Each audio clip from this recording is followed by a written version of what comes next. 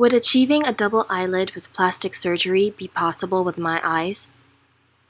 I've looked into plastic surgery to convert monolids into double eyelids, and from the pictures on the internet, I think my eyes would qualify. However, this would be my first major surgery, and I am quite nervous about it as some doctors will attempt things they really shouldn't. Thank you for your question.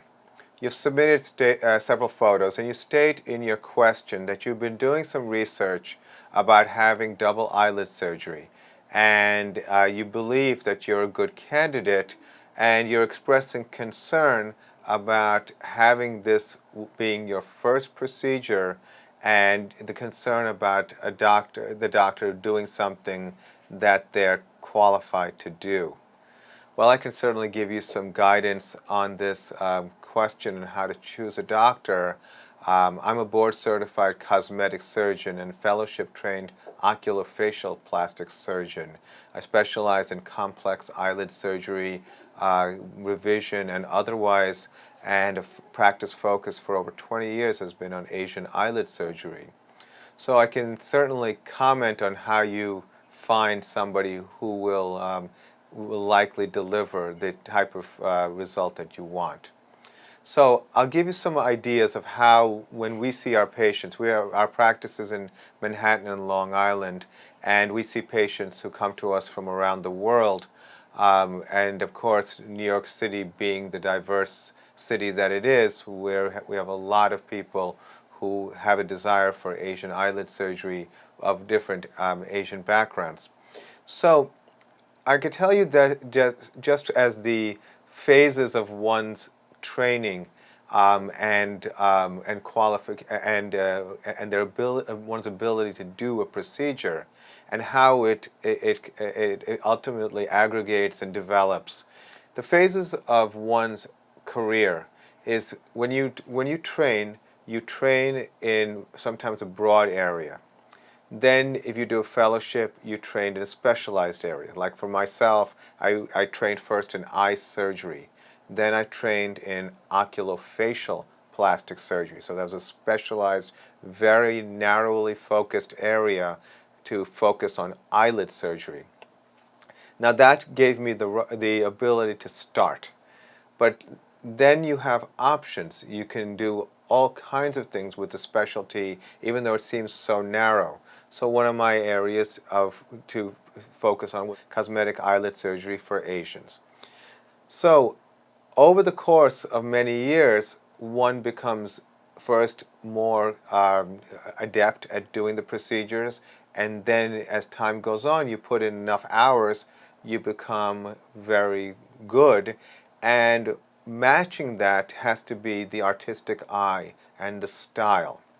So my point to you is that what you want ultimately in a doctor is you want somebody who is, of course, well-trained.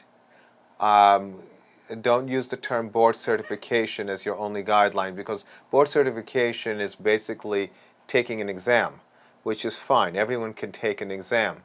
But beyond that, what have you done with your life? I've met many colleagues who may have gotten their board certification in one area of general plastic surgery, but they focused only on hand surgery.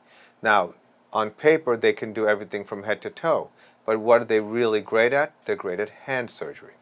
So that would be the start. Then you look at experience, and you're able to gauge that by speaking to the doctor and speaking to their staff. A lot of times you get a really good feeling about how much somebody does and how good they do what they do from just the vibe of the staff.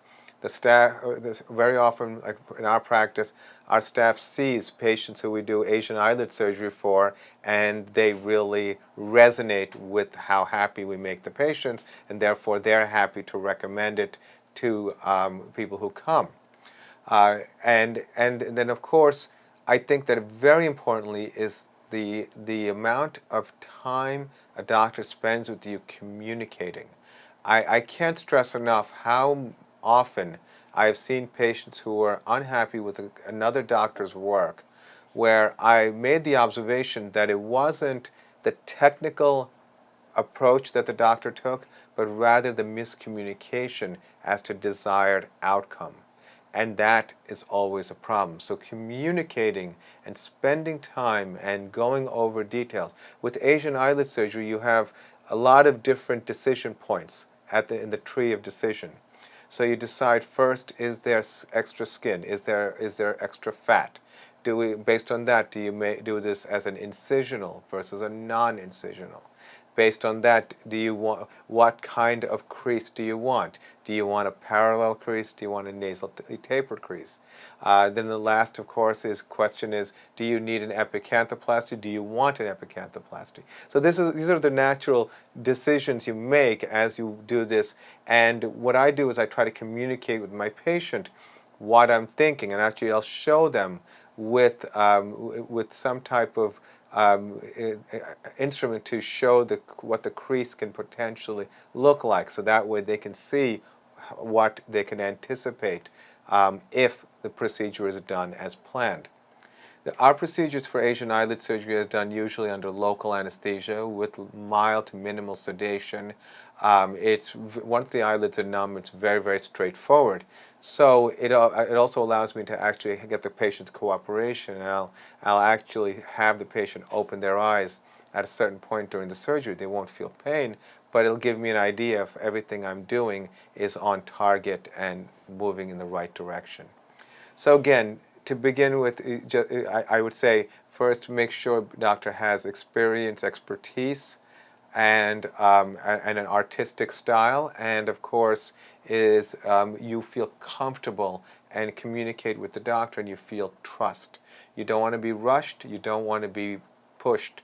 You want to feel like the doctor is advocating for you and will follow through on delivering the best result as you desire. So I hope that was helpful. I wish you the best of luck, and thank you for your question.